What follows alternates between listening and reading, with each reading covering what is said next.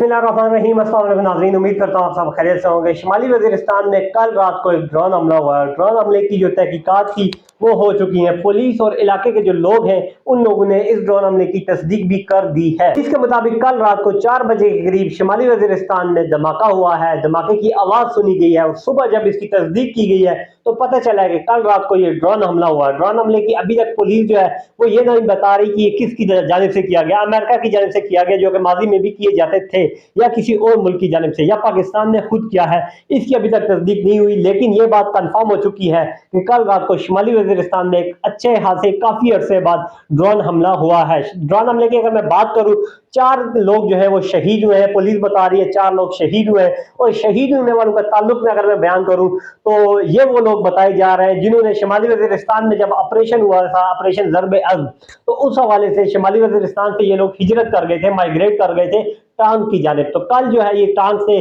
कल ही के दिन ये वापस आए थे शाम को अपने आबाई घर में, आबाई इलाके शुमाली वज़ीरिस्तान में। तो सुबह 4 बजे के करीब इन पर ड्रोन हमला किया गया और ये फैमिली जो है पूरी की पूरी शहीद हो चुकी है। इस बात की तस्दीक जो है पुलिस कर रही है, वहाँ के जो लोकल लोग हैं वो कर रहे हैं। तो ये ड्रोन हमला एक और खतरे की गेंटी है।